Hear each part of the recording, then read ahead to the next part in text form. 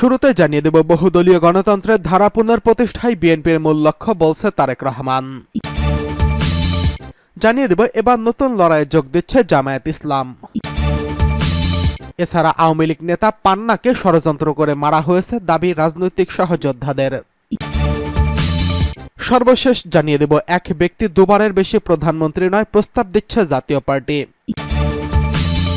বহুদলীয় গণতন্ত্রের ধারা পুনঃপ্রতিষ্ঠায় বিএনপির মূল লক্ষ্য, বলছেন তারেক রহমান। বিএনপির ভারপ্রাপ্ত চেয়ারম্যান তারেক রহমান বলেছেন, বহুদলীয় গণতন্ত্রের ধারা পুনঃপ্রতিষ্ঠাই করাই এখন বিএনপির মূল লক্ষ্য। বিএনপির ৪৬তম প্রতিষ্ঠা বার্ষিকী উপলক্ষে দেওয়া এক বাণীতে তিনি এসব কথা বলেছেন। বিএনপির ৪৬তম প্রতিষ্ঠা বার্ষিকী উপলক্ষে দলের সর্বস্তরের নেতাকর্মী শুভান্যুধ্যায়ী এবং দেশবাসীকে শুভেচ্ছা ও অভিনন্দন জানিয়ে তারেক রহমান বলেছেন, ১ সেপ্টেম্বর এই দিনটিকে বাংলাদেশের মানুষের জন্য আনন্দ, উদ্দীপনা ও প্রেরণার। ১৯৭৮ সালের এই দিনে এক শুভক্ষণে স্বাধীনতার ঘোষক সাবেক রাষ্ট্রপতি জিয়াউর রহমান বীরুত্তম বাংলাদেশের জাতীয়তাবাদী দল বিএনপির প্রতিষ্ঠা করেছিলেন। তিনি বলেন, বাকশালী ব্যবস্থায় গণতন্ত্রকে হত্যা করা হয়েছিল শুধুমাত্র একচ্ছত্র ক্ষমতার অধিকারী হওয়ার জন্য। সেই মৃত গণতন্ত্রকে পুনরুজ্জীবিত করেন শহীদ রাষ্ট্রপতি জিয়াউর রহমান। বাংলাদেশে আবারও বহুমাত্রিক গণতন্ত্রের পথ চলা শুরু হয়। জিয়াউর রহমানের সৃষ্টি বিএনপি বিগত ৪৬ বছরের কয়েকবার সবার অংশগ্রহণমূলক সুষ্ঠু নির্বাচনে ক্ষমতায় আসীন হয়ে দেশ ও জনগণের সমৃদ্ধি এবং কল্যাণে কাজ করে গেছে। তারেক রহমান স্বাধীনতার মহান ঘোষক, সফল রাষ্ট্রনায়ক এবং আধুনিক বাংলাদেশের রূপকার। জিয়াউর রহমান শহীদ প্রেসিডেন্ট বীরুত্তম এর গভীর শ্রদ্ধা জানিয়ে তিনি আরও বলেন, দেশের স্বাধীনতা সার্বভৌমত্ব রক্ষায় আমাদের এই প্রিয় দল অতন্দ্র প্রহরীর ভূমিকা পালন করছে।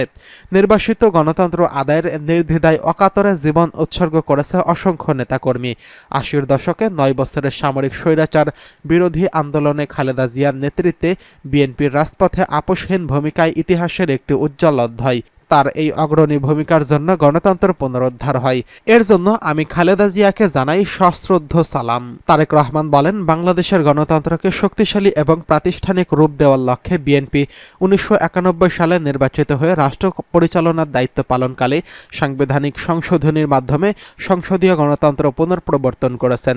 এতে নেতৃত্ব দিয়েছেন গণতন্ত্রের অনন্য প্রতীক খালেদা জিয়া। সামগ্রিকভাবে বাংলাদেশের বহুতলীয় গণতন্ত্রের চর্চা এবং বিকাশ সহ দেশের উন্নয়ন অগ্রযাত্রায় বিএনপি বলিষ্ঠ ভূমিকা জনগণের কাছে সবসময় সমাদৃত হয়েছে। তিনি বলেন, গণতন্ত্র সমুন্নত ও অর্থনৈতিক সমৃদ্ধির জন্য বিএনপি উদ্যমের ফলশ্রুতিতে দলটি দেশবাসীর কাছে এখন সর্বাধিক জনপ্রিয় রাজনৈতিক দল। জনগণের আস্থা ও বিশ্বাস অক্ষুণ্ণ রেখে দেশমাতৃকার সেবায় নিজেদের নিবেদিত করে বিএনপি আগামী দিনগুলিতে বলিষ্ঠ ভূমিকা রাখবে।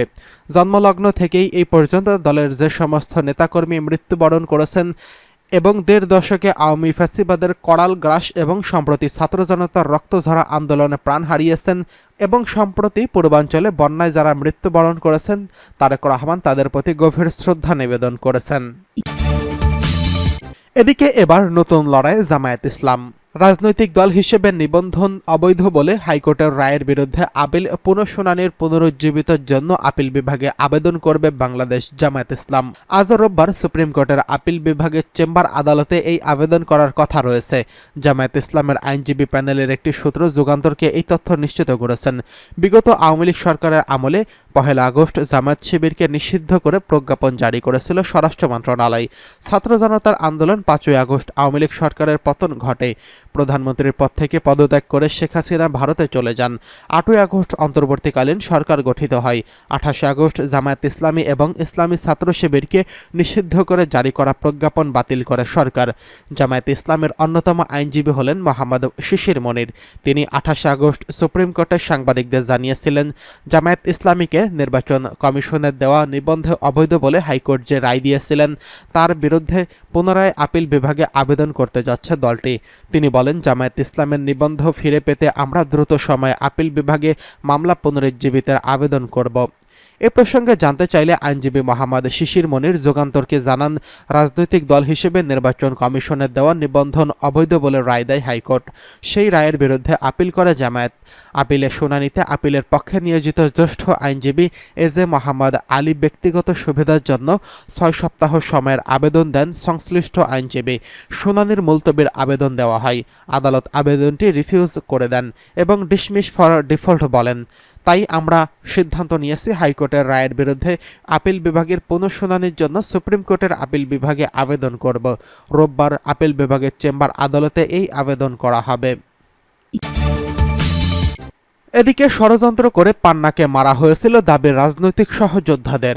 কেন্দ্রীয় আওয়ামী লীগ নেতা এবং বাংলাদেশ ছাত্রলীগের সাবেক সাধারণ সম্পাদক ইসাহাক আলী খান পান্নাকে ষড়যন্ত্র করে মারা হয়েছে বলে দাবি করেছেন তার রাজনৈতিক সহযোদ্ধারা। শনিবার 31 আগস্ট রাতে পান্নাকে বনানী কবরস্থানে দাফন শেষে এই দাবি করেন তার রাজনৈতিক অভিভাবক ও পিরোজপুর জেলা আওয়ামী লীগের উপদেষ্টা কাজী রুহিয়া বেগম হাসি। কাজী রুহিয়া বেগম হাসি একই সময় মহিলা আওয়ামী লীগের কেন্দ্রীয় কমিটির সদস্য। তার হাত ধরেই 80-র দশকে পিরোজপুর মহকুমা ছাত্রলীগের রাজনীতির হাতেখড়ি এবং ছাত্রলীগের সাবেক শীর্ষ নেতা পান্নার তারপর মহকুমা ছাত্রলীগের পরে কেন্দ্রীয় ছাত্রলীগের রাজনীতিতে এসে 1994 সালের কাউন্সিলে বাংলাদেশ ছাত্রলীগের সাধারণ সম্পাদক হন পান্না। কাজী রুহিয়া বেগম হাসি বলেন, পান্নার নামে মামলা নেই, চাঁদাবাজির বদনাম নেই, সে কোনোভাবে সুবিধাভোগীও না। সেজন্য মনে হচ্ছে তাকে ষড়যন্ত্রমূলকভাবে মারা হয়েছে। পোস্টমর্টেম রিপোর্ট আসছে যে ঘাড় মটকে তাকে মারা হয়েছে। এই ঘটনায় মামলা করবেন কিনা এমন প্রশ্নের জবাবে তিনি বলেন, আমরা জিডি করেছি, পরবর্তী সময়ে মামলা করব। তিনি আরও বলেন, 24 তারিখে ভোর রাতে আমার ছোট ছেলে বলে মামার খোঁজ পেয়েছি, শুনেছি মারা গেছেন। পরে ছবি পেলাম, দেখলাম একটা শ্বাসরোধ করার মতো চিহ্ন ঘাড়ে পাওয়া গেছে, পাটা ভেঙে গেছে, কিছুটা রক্ত বের হয়েছে। পিরোজপুর জেলা আওয়ামী লীগের উপদেষ্টা ও পান্নার আত্মীয় জসিমউদ্দিন খান বলেন, পান্না দলীয় পদও পায়নি, অর্থনৈতিক সুবিধাও পায়নি। $2 কোটি তার কাছে ছিল এমন কথা শোনা যাচ্ছে। $2 কোটি কত বস্তা হয় ধারণা আছে? এটা নিয়ে কেউ পাহাড় পার হতে পারে? তার সাথে কি হয়েছে এখনো ঠিক আমরা জানি না। বনানী কবরস্থানে মসজিদে জানাজা শেষে স্ত্রী আইরিন পারভিন বাঁধনের কবরের পাশে তাকে দাফন করা হয়। এ সময় উপস্থিত ছিলেন বাংলাদেশ ছাত্রলীগের সাবেক সভাপতি মঈনুদ্দিন হাসান চৌধুরী, আওয়ামী লীগের জাতীয় কমিটির সদস্য অধ্যক্ষ শাহ আলম, পিরোজপুর বঙ্গবন্ধু শেখ মুজিব বিশ্ববিদ্যালয়ের কাজী সাইফুদ্দিন, আওয়ামী স্বেচ্ছাসেবক লীগের কেন্দ্রীয় কার্যনির্বাহী সদস্য শেখ জামাল। এদিকে এক ব্যক্তি দুবারের বেশি প্রধানমন্ত্রী নয়, প্রস্তাব দিচ্ছেন জাতীয় পার্টি। প্রধানমন্ত্রীর পদে এক ব্যক্তি 2 মেয়াদের বেশি ক্ষমতায় না থাকার প্রস্তাব দিয়েছে জাতীয় পার্টি। একই সঙ্গে প্রধানমন্ত্রী, রাষ্ট্রপতি, সংসদ সদস্য এবং নির্বাহী বিভাগের মধ্যে ক্ষমতার ভারসাম্য আনার প্রস্তাব দিয়েছে দলটি।